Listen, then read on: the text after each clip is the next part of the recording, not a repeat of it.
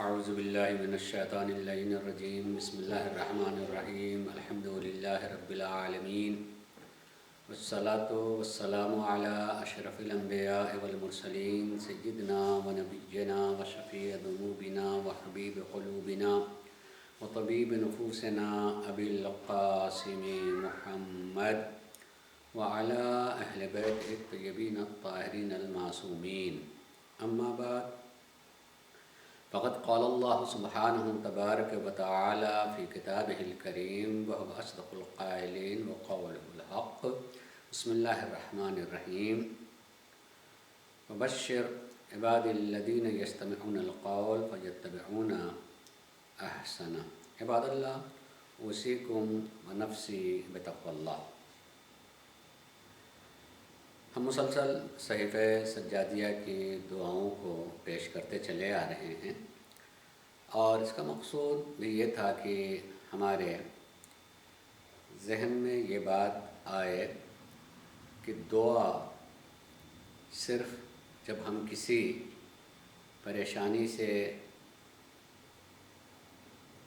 الجھ جائیں، پریشانی میں الجھ جائیں یا پریشانیوں کا سامنا ہو تبھی ہمیں دعا کرنا چاہیے، یا کوئی شدید ہماری حاجت اور ضرورت ہو تو اس کی مانگ ہونا چاہیے. نہیں، بلکہ بہت سارے مواقع ہوتے ہیں اور بہت ساری ہماری ضرورتیں ہوتی ہیں، شاید جس کی طرف ہم متوجہ نہیں ہوتے کہ یہ بھی ہماری ضرورت ہے، اور ہم اس کو طلب نہیں کرتے. اور اس کے علاوہ بسا اوقات ایسا بھی ہوتا ہے کہ ہمارے پاس چیز ہوتی نہیں ہے مگر ہم سمجھ لیتے ہیں کہ ہمارے پاس موجود ہے، وہ چیز ہمارے پاس موجود ہے، ہمیں ملی ہوئی ہے، جبکہ وہ اصلاً ہمارے پاس نہیں ہوتی ہے. اس لیے ہم اس کی طرف توجہ بھی نہیں کر پاتے ہیں کہ اس کی ہمیں ضرورت بھی ہے. اگر آپ سوچئے گا، غور کیجئے گا، تو بہت ساری ایسی چیزیں ہوں گی جن کے بارے میں آدمی اصلاً غور ہی نہیں کرتا کہ مجھے اس کی ضرورت ہے، بلکہ تھی اور وہ میرے پاس موجود ہے. سامنے چیزیں دیکھ لیں، جیسے ایمان. ہم کو ایمان کی دولت مانگنے کی کیا ضرورت ہے؟ ہم مومن ہیں. ہم تو ایک دوسرے کو مومن کہتے ہیں، دوسرا مجھ کو مومن کہتا ہے، میں اس کو مومن کہتا ہوں. یعنی ہم ہیں، مومن ہیں، ہم مسلم ہیں. جبکہ اگر قرآن پڑھیے گا تو قرآن پہلے ہی مرحلے میں اسلام کے بارے میں کہتا ہے کہ وَلَا تَمُوتُنَّ إِلَّا وَأَنْتُمْ مُسْلِمُونَ. تمہاری موت اس حالت میں آنی چاہیے کہ تم مسلمان رہو. ہم مسلمان ہیں ہی بھئی. خود مسلمان ہونے کے، اگر ہم مسلمان ہیں تو اسلام کی حالت ہی میں موت آئے کا مطلب کیا ہے؟ اس کا مطلب کہ اسلام آنے جانے والی چیز ہے. کہیں ایسا نہ ہو کہ ایسی حالت میں ہماری موت آ جائے کہ اصلاً ہم اسلام کی حالت میں نہیں تھے. یعنی اسلام ہم چھوڑے ہوئے تھے، اسلام پر عمل نہیں کر رہے تھے، اسلام سے ہم دور تھے. مثلا ایسے ہی مثلاً یہ بھی ہے، قرآن کا ارشاد ہے کہ لا تہنوا ولا تحزنوا وانتم الاعلون ان کنتم مؤمنین. تمہیں رنجور و مغموم نہیں ہونا چاہیے، تم ہی غالب رہو گے اگر تم مومن ہو، اگر صاحب ایمان ہو، تم کو غلبہ حاصل ہوگا. ہم رنجور و مغموم ہوتے ہیں، رنجیدہ ہوتے ہیں، دعائیں کرتے ہیں، غم گھیر لیتا ہے. اللہ یہ کہتا ہے کہ اگر تم مومن ہو تو ضرورت نہیں ہے کہ تم رنجیدہ ہو، غمگین ہو. انتم الاعلون، بلندی تمہیں حاصل ہوگی، کامیابی تمہیں حاصل ہوگی اگر مومن ہو تو ہمیں ایسے ایمان کے مانگتے رہنے کی ضرورت ہے. تو اس ایمان کے بعد ہمیں رنج و غم دور دور تک بھی نہ آنے پائے. تو بہرحال یہ مقصد تھا کہ ہم دعا کے ذریعے سے سمجھیں کہ کیا کیا ہماری ضرورتیں ہیں اور ہمیں طلب کرنا چاہیے. معصوم علیہ السلام نے اللہ کے حضور سے ان چیزوں کو طلب کر کے ہمیں متوجہ کیا ہے. آج میں صحیفہ سجادیہ میں موجود 19ویں دعا نمبر 19 کو پیش کر رہا ہوں. اور یہ دعا البتہ ایک مخصوص وقت سے متعلق ہے. انسان کی زندگی میں اللہ بچائے کے رکھے مگر ایسے حالات آ جاتے ہیں کبھی انسان کے خود اکیلے ایک ذات ایک فرد سے متعلق کوئی حالت درپیش ہوئی اور اس کے لیے ضرورت ہوئی کوئی دعا کرے، اور کبھی ایسا ہوتا ہے کہ اس حالت سے سبھی دو چار ہیں، سبھی اس سے دو چار ہیں. جیسے ہم اس وقت موجود ہیں، اس وقت صرف میرا مسئلہ کرونا نہیں ہے، ان کا مسئلہ نہیں کرونا ہے، میرے پڑوسی کا مسئلہ نہیں ہے، میرے محلے کا مسئلہ نہیں ہے، بلکہ پوری دنیا کا ایک مسئلہ ہے. کسی ایک مذہب کا مسئلہ نہیں ہے، بلکہ جہاں جہاں انسان بسے ہوئے ہیں سبھی کا مسئلہ بنا ہوا ہے. اگر وہ بیماری نہیں پہنچی ہوئی ہے تب بھی وہ خوف زدہ ہیں کہ کہیں ہم اس سے دو چار نہ ہو جائیں، اور پہنچ گئی ہے تو آدمی پریشان ہے کہ میرے گھر یا میری ذات تک، میرے وجود تک یہ بیماری نہ پہنچ جائے. سب کا مسئلہ بنا ہوا. اسی طریقے سے ایک مسئلہ درپیش ہوتا رہا ہے اور اب بھی ہو جاتا ہے، وہ ہے خشک سالی، قحط سالی، یعنی اصلاً بارش کا نہ ہونا. ظاہر ہے اگر بارش بالکل نہیں ہوگی تو بارش سے انسان کی دنیا کے اقتصادیات کا تعلق ہے. بارش نہیں ہوگی، غلے نہیں پیدا ہوں گے، غلے نہیں پیدا ہوں گے، لیکن انسان کی غذا کا تعلق اسی زمین سے ہے، غلات سے ہے. جب غلے نہیں پیدا ہوں گے تو سارے افراد بھوک مریض کے شکار ہو جائیں گے. ایسی صورت میں مذہب ہمیں کچھ آداب سکھاتا ہے، کچھ اعمال سکھاتا ہے کہ اللہ کے حضور ہمیں جا کے دعا کرنا چاہیے. استسقاء یعنی طلب باران، اللہ کے حضور سے جا کے طلب کرنا کہ معبود ہمیں بارش سے نواز، برسات ہو تاکہ زمین سے غلات پیدا ہونا شروع ہو جائیں. جو چیزیں زمین سے پیدا ہوتی ہیں وہ ہمیں میسر ہونے لگے. ایسے ہی موقع کے لیے چوتھے امام کی یہ دعا ہے کہ قحط سالی ہے اور قحط سالی میں لوگ پریشان ہیں، اور امام اس موقع کے لیے یہ دعا تعلیم فرمائی ہے کہ دعا پڑھنی چاہیے، اور امام نے پڑھا بھی ہے.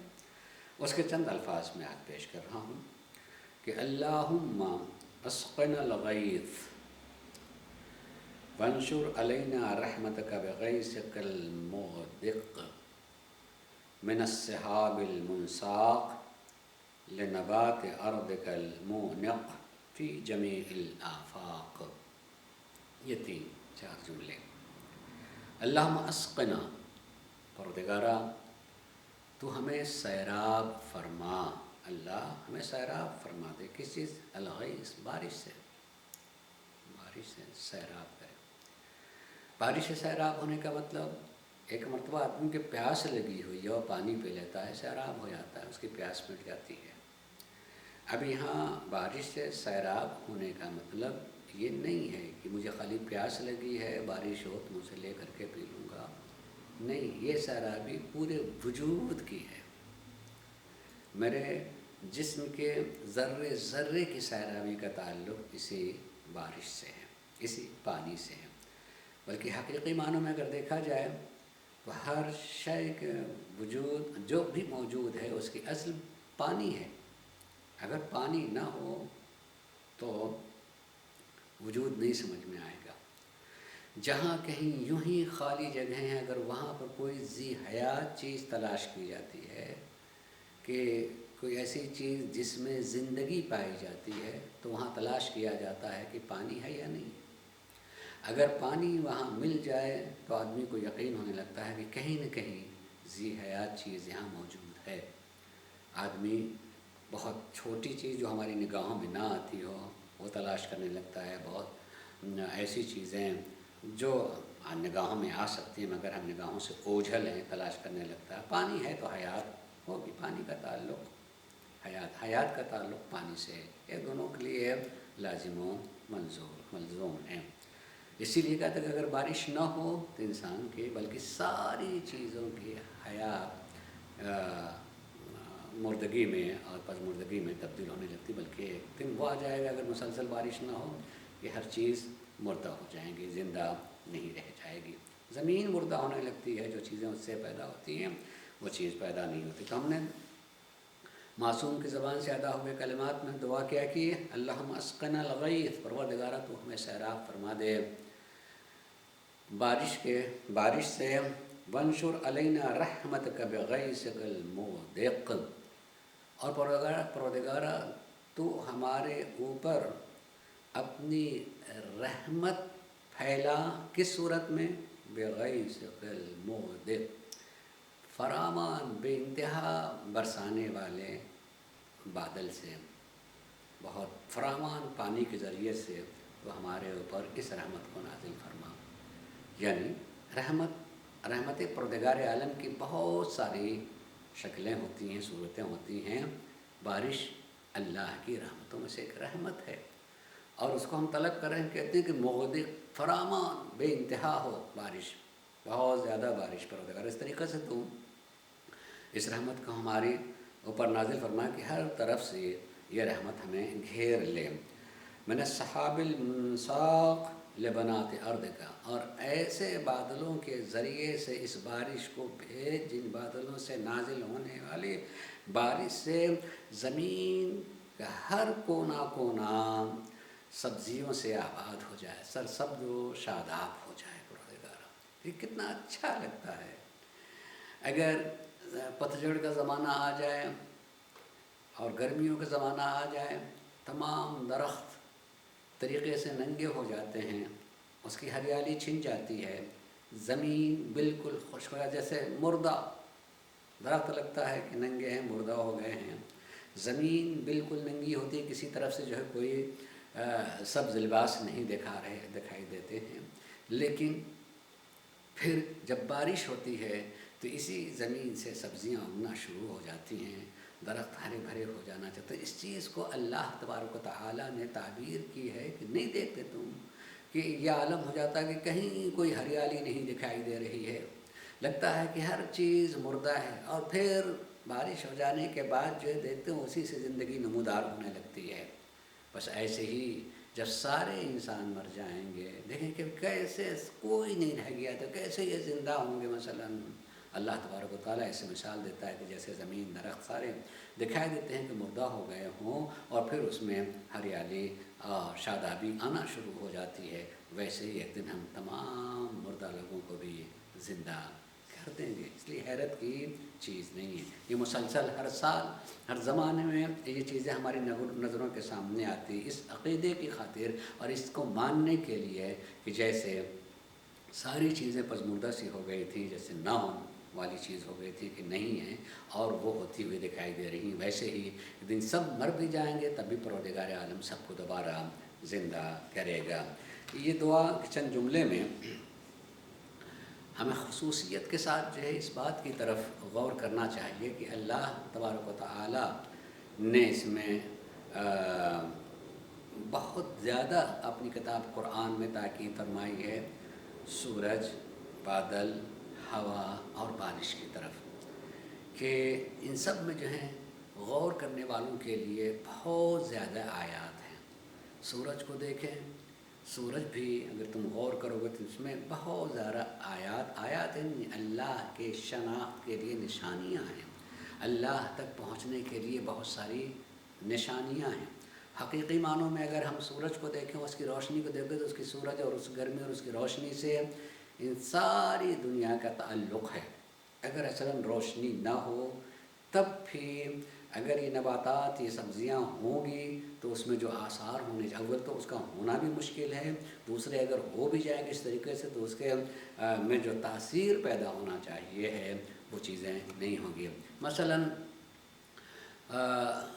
پھلوں کے رنگ، پھلوں کی لذت، یہ ساری چیزوں کا تعلق سورج کی روشنی سے ہوتا ہے، وہی رنگ عطا کرتا، اسی سے رنگ ملتے ہیں۔ اگرچہ تعلق زمین سے ہے، زمین سے اس کے مواد، اس کے غذائیت آتی اور رنگ اور اس کا حسن اور ساری چیزیں سورج کی روشنی سے اس تک پہنچ رہا ہوتا ہے۔ نہ جانے سورج کتنی کتنی چیزوں کو کیا چیز عطا کر دیتا ہے، جس کی عطا کی بنیاد پر جس کو وہ عطا مل جاتی ہے وہ قیمتی ہو جایا کرتا۔ ہم نہ جانے کتنے قیمتی ترین پتھر، کہنے کو وہ پتھر ہے، میں اپنے ہاتھ میں پتھر پہنوں، یہ اتنی بڑا پتھر مختلف قسم کے ہوتے ہیں، ہو سکتا ہے کہ پتھر اتنی ہی بڑا اصلاً اس کی کوئی قیمت نہ ہو، وہ پاؤں کے ٹھوکروں کے لائق بھی نہیں ہوتا ہے، لیکن اتنی ہی بڑا پتھر ایک ایسا قیمتی بھی ہو سکتا ہے کہ اگر کسی کے پاس ہو تو ممکن اس کی حفاظت کے لیے کچھ محافظین بھی رکھے ہوں۔ اس کا رنگ اور اس کی قیمت کس چیز سے آئی ہے؟ سورج سے۔ مسلسل سال ہا سال سورج کی روشنی اس پر پڑ رہی ہوتی ہے، دھیرے دھیرے اس کے سے وہ کسب فیض کرتے کرتے کرتے اس منزل تک پہنچتا ہے اور وہ اتنا قیمتی بن جاتا ہے۔ اگر اللہ کی مخلوق سے کوئی مسلسل کسب فیض کرتا رہے تو کتنا بلند ہو جاتا ہے، اس کسب فیض سے وہ کتنا بلند ہو جاتا ہے کہ اس سے قیمت لگانا مشکل ہو جاتی ہے۔ یہ آدمی اس کو پا کر کے کتنا اپنے کو خوش نصیب پاتا ہے، کتنا دولت مند پاتا ہے۔ مسلسل کسب فیض کرتا رہے۔ اللہ کے فیوز و برکات کا تسلسل ہمارے لیے مسلسل ہے، ہر طرح کا فیض ہم تک پہنچتا ہوتا ہے، لیکن کیا ہم اس کو کسب کرتے ہیں؟ اور کسب کرنے کا مطلب اللہ نے ہمیں عقل اور شعور سے نوازا ہے تو ہم اس کا شکر ادا کر رہے ہوتے ہیں، ہم احساس کرتے ہیں کہ وہ چیز مجھے معبود کی طرف سے مسلسل مل رہی ہے۔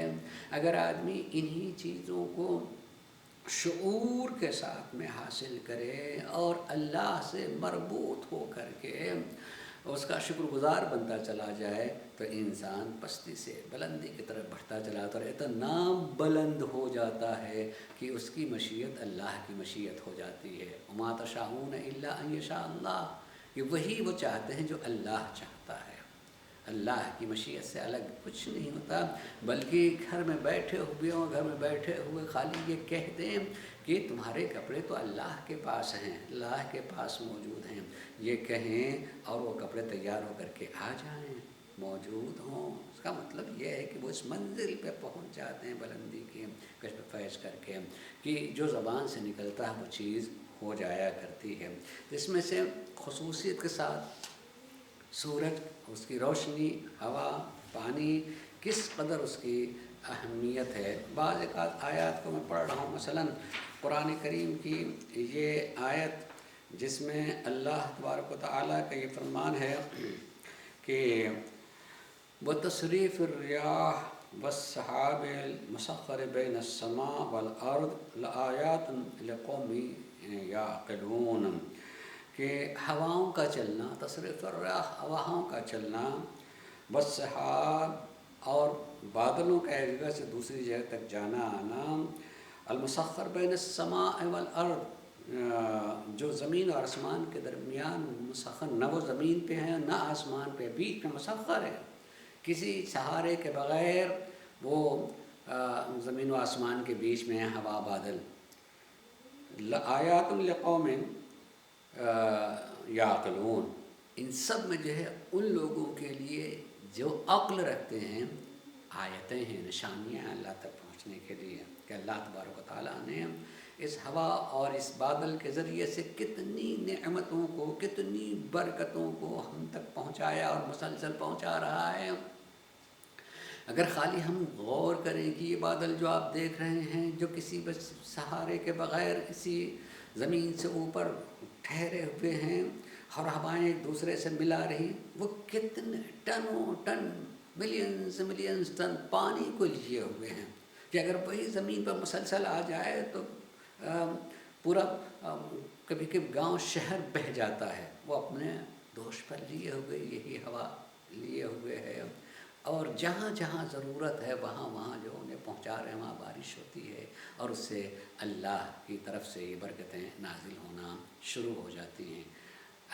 اللہ کے لیے ہمیں اور آپ کو اس چیز کے سلسلے میں سوچنا چاہیے، اور یہ دعا اس بات کی طرف بھی توجہ دلاتی ہے کہ جو چیز مسلسل مل رہی ہوتی ہے تو آدمی اس کی طرف توجہ ہی نہیں دیتا، وہی رک جائے، چھننے لگے، تب آدمی کو ملتی کتنی جو ہے وہ گراں قدر چیز ہے۔ میرے پاس آنکھ ہے، جب تک ہے نہیں اس کا احساس ہوتا ہے کتنی بڑی نعمت۔ اللہ نہ کرے کہ روشنی چلے جائے تو پتہ چلتا ہے کہ کتنی بڑی نعمت تھی۔